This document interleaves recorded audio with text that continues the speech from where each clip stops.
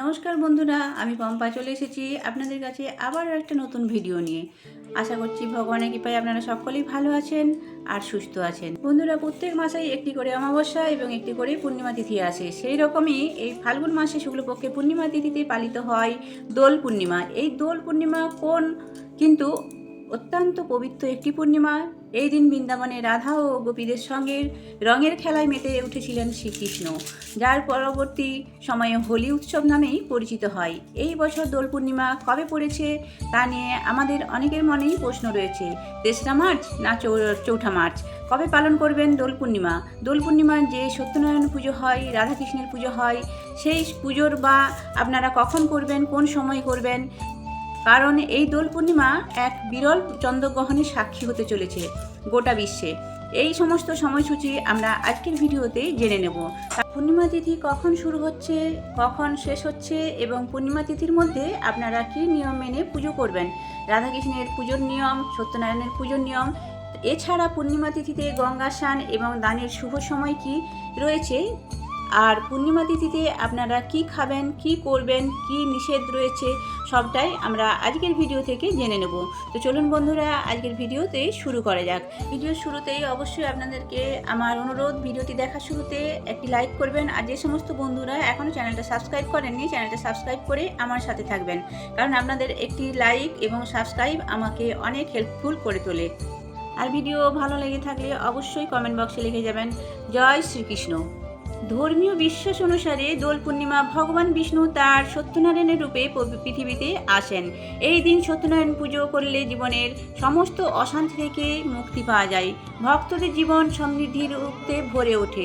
দোল পূর্ণিমা বা ফাল্গুন মাসের পূর্ণিমার দিন রয়েছে চন্দ্রগ্রহণ, যা ভারতে দৃশ্যমান হতে চলেছে।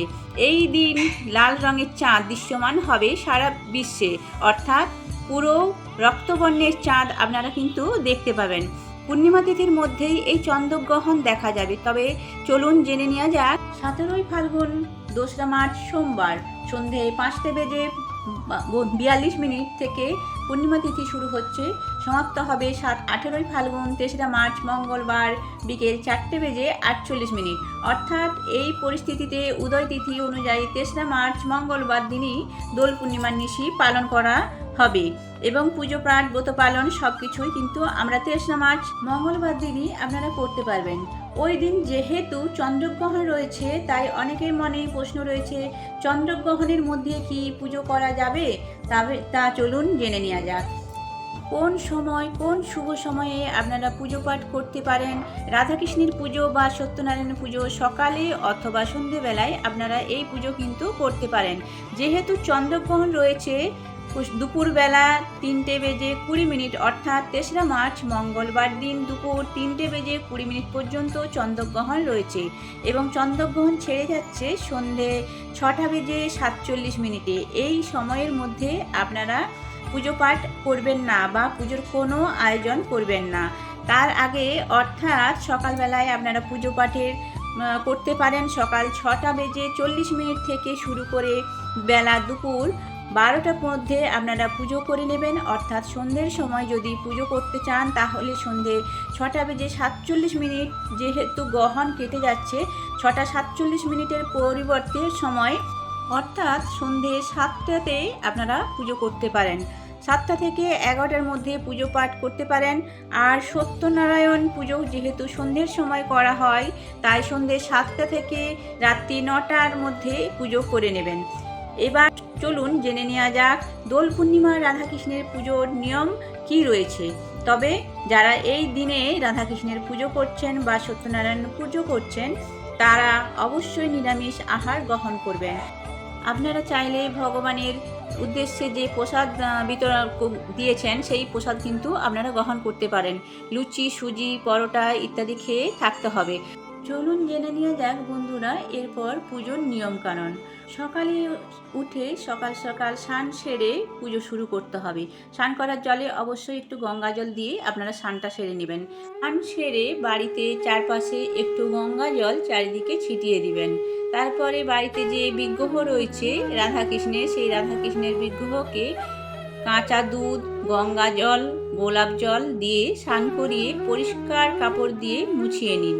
তারপরে বস্ত্র পরিধান করুন, তারপর চন্দনে তিলক লাগান এবং একটি সুন্দর দোলনা বা পালকির আপনারা ফুল পাতা কাগজ দিয়ে সাজিয়ে তার উপর বসাতে পারেন।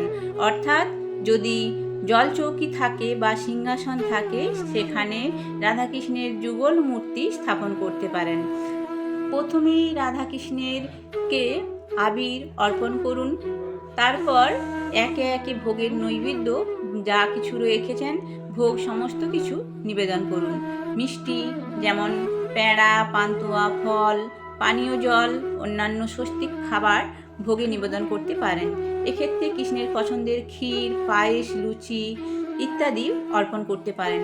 পরে আপনারা পুজো শুরু করবেন। আরতি করার জন্য ধূপ ধুনো জ্বালিয়ে নেবেন এবং ফুল আর চন্দন সহকারে ফুল অর্পণ করবেন। হরে কৃষ্ণ বলে অবশ্যই আপনারা ফুল অর্পণ করবেন। তারপর পুজো শুরু করবেন। নৈবেদ্য যা কিছু এনেছেন মনে মনে ভগবানেরকে তা কিছু গ্রহণ করার জন্য আবেদন জানাবেন এবং তারপরে ধূপ দীপ দেখিয়ে আরতি করবেন। এই জন্য রাধাকৃষ্ণের অষ্টতর শতনাম পাঠ করলে দাম্পত্য জীবনে সুখের হয় এবং ব্যবসায় উন্নতি হয়। আর যারা সত্যনারায়ণের পুজো করতে চান তারা কিন্তু এই পূর্ণিমাতেই পুজো করতে পারেন, কারণ এই পূর্ণিমা খুবই শুভ। প্রথমে আপনারা একটি জলচৌকি সত্যনারায়ণের জন্য নিয়ে নেবেন। সেই জলচৌকিটি পরিষ্কার করে নেবেন এবং সত্যনারায়ণের একটি ছবি বসিয়ে দেবেন। সেখানে অবশ্যই কিন্তু হলুদ কাপড়ের বিছিয়ে দেবেন অথবা সাদা রঙের কাপড় বিছাতে পারেন। এরপর ফটোটি বসাবেন বা মূর্তি থাকলে মূর্তি ওই জলচৌকির উপরে বসাবেন। সত্যনারায়ণের ছবির সামনে রাখুন একটি ঘট। পুজোর জায়গায় অবশ্যই ঘিয়ের প্রদীপ জ্বালাবেন। এরপর জেনে নেব পুজোর প্রয়োজনীয় সামগ্রী কী কী রয়েছে। সত্যনারায়ণ পুজোর মূর্তি বা ছবি, ঠাকুরের বস্ত্র বা ধুতি, গামছা, পৈতে, সাদা ও হলুদ ফুল, গোটা চাল, নারকেল, মৌসুমি ফল, নৈবেদ্য, সিন্নি করার যা কিছু উপকরণ লাগবে যেমন কলা, আটা, দুধ, গুড়, বাদাম, কাজু বাদাম, কিশমিশ ইত্যাদি। ঘি লাগবে সিন্নি করার জন্য। এছাড়া নৈবেদ্যে কর্পূর, ধূপ, প্রদীপ, মধু, চিনি, হলুদ, আমের পাতা, পান, সুপারি, যজ্ঞ সামগ্রী, দেশি ঘি, মিষ্টি, গঙ্গা জল, সুতো, যজ্ঞের জন্য কাঠ ইত্যাদি। এই সমস্ত জিনিস লাগছে। প্রথমে শ্রী গণেশের পুজো করুন, তারপর করুন নবগ্রহের পুজো। নবগ্রহ পুজো শেষ করা হলে ভগবান শ্রী সত্যনারায়ণের ধ্যান করুন। তারপর গুছিয়ে রাখা সমস্ত উপকরণ ঈশ্বরের কাছে নিবেদন করুন। সত্যনারায়ণের পুজো চিন্নি দিতে কিন্তু ভুলবেন না। তবে অবশ্যই পুজো শুরু করার পূর্বে আপনারা সিন্নি মাখিয়ে তার উপরে তুলসী পাতা দিয়ে রাখবেন। তারপর যজ্ঞ শুরু করুন। যজ্ঞ সম্পূর্ণ হলে ব্রত কথা পাঠ করুন সত্যনারায়ণের। তারপর সকলের মঙ্গল কামনা করে ঈশ্বরের কাছে আরতি করুন। আরতি হলে সকলকে প্রসাদ এবং সিন্নি বিতরণ করুন। এইভাবে আপনাদের পুজো সম্পূর্ণ করতে পারেন। পুজোর সম্পূর্ণ ভিডিও কেমন লাগলো অবশ্যই কিন্তু কমেন্ট বক্সে জানাবেন বন্ধুরা। আবারও বলছি, যে সকল বন্ধুরা চ্যানেলটি এখনও পর্যন্ত সাবস্ক্রাইব করেননি তারা চ্যানেলটি সাবস্ক্রাইব করে আমার সাথে থাকবেন। ভিডিওর শেষে অবশ্যই জানিয়ে যাবেন কেমন হয়েছে ভিডিওটি। কমেন্ট বক্সে জানাবেন। জয় শ্রীকৃষ্ণ, জয় সত্যনারায়ণের জয়।